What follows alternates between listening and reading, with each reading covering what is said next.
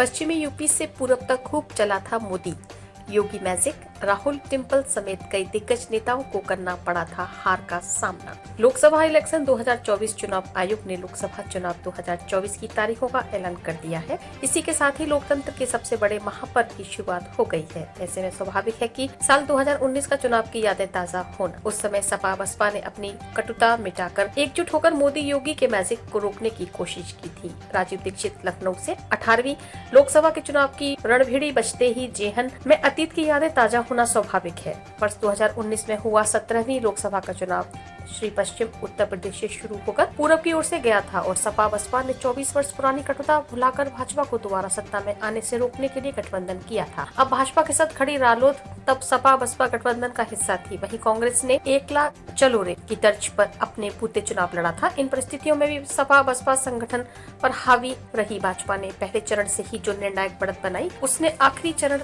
पूरा होने पर उसकी झोली में 62 सीटें डाल दी थी, जबकि 2 सीटें उसके सहयोगी अपना दल एस के खाते में गई थी। भाजपा ने पश्चिमी यूपी में हासिल की थी 6 सीट। वर्ष 2019 में पहले चरण में पश्चिमी उत्तर प्रदेश की 8 सीटों पर 11 अप्रैल को चुनाव हुआ था। भाजपा ने 75% स्ट्राइक रेट के साथ इनमें से 6 सीटें जीती थी, जबकि सहारनपुर और बिजनौर सीट उनके हाथ से फिसल गई थी। इन 2 सीटों पर बसपा जीती थी। भाजपा की आंधी में रालोद मुखिया चौधरी अजीत सिंह को मुजफ्फरनगर सीट पर हार का मुंह देखना पड़ा था, तो उनके पुत्र जयंत चौधरी बागपत में पराजित हुए थे। वहीं गाजियाबाद सीट पर केंद्रीय मंत्री जनरल वीके सिंह ने 5 लाख से अधिक वोटों से जीत दर्ज की थी।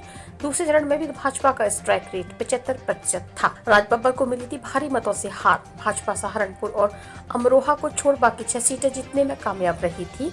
इन दिनों सीटों पर बसपा का हाथी चिंघाड़ा था। फतेहपुर सीकरी पर सीट भाजपा के राजकुमार चाहर ने कांग्रेस उम्मीदवार राजबब्बर को 4.95 लाख मतों से भारी अंतर से पराजित किया था। तीसरे चरण में पश्चिमी उत्तर प्रदेश की 6 सीटों को समेटे रुहेलखंड और तराई क्षेत्र की 10 सीटों में से भाजपा को 6 सीटों पर जीत हासिल हुई थी। सपा को इसी चरण की मुरादाबाद, रामपुर, संभल और मैनपुरी सीट पर सफलता मिली थी। बुंदेलखंड में भाजपा ने सुपड़ा किया था साफ। मैनपुरी का चुनाव सपा संस्थापक और सियासत पहलवान मुलायम सिंह यादव के राजनीतिक जीवन की आखिरी चुनाव साबित हुआ था। चौथे चरण में तराई क्षेत्र के अलावा अवध और बुंदेलखंड की 13 सीटों में से सभी पर भाजपा विरोधियों का सुपड़ा साफ करने में कामयाब रही थी।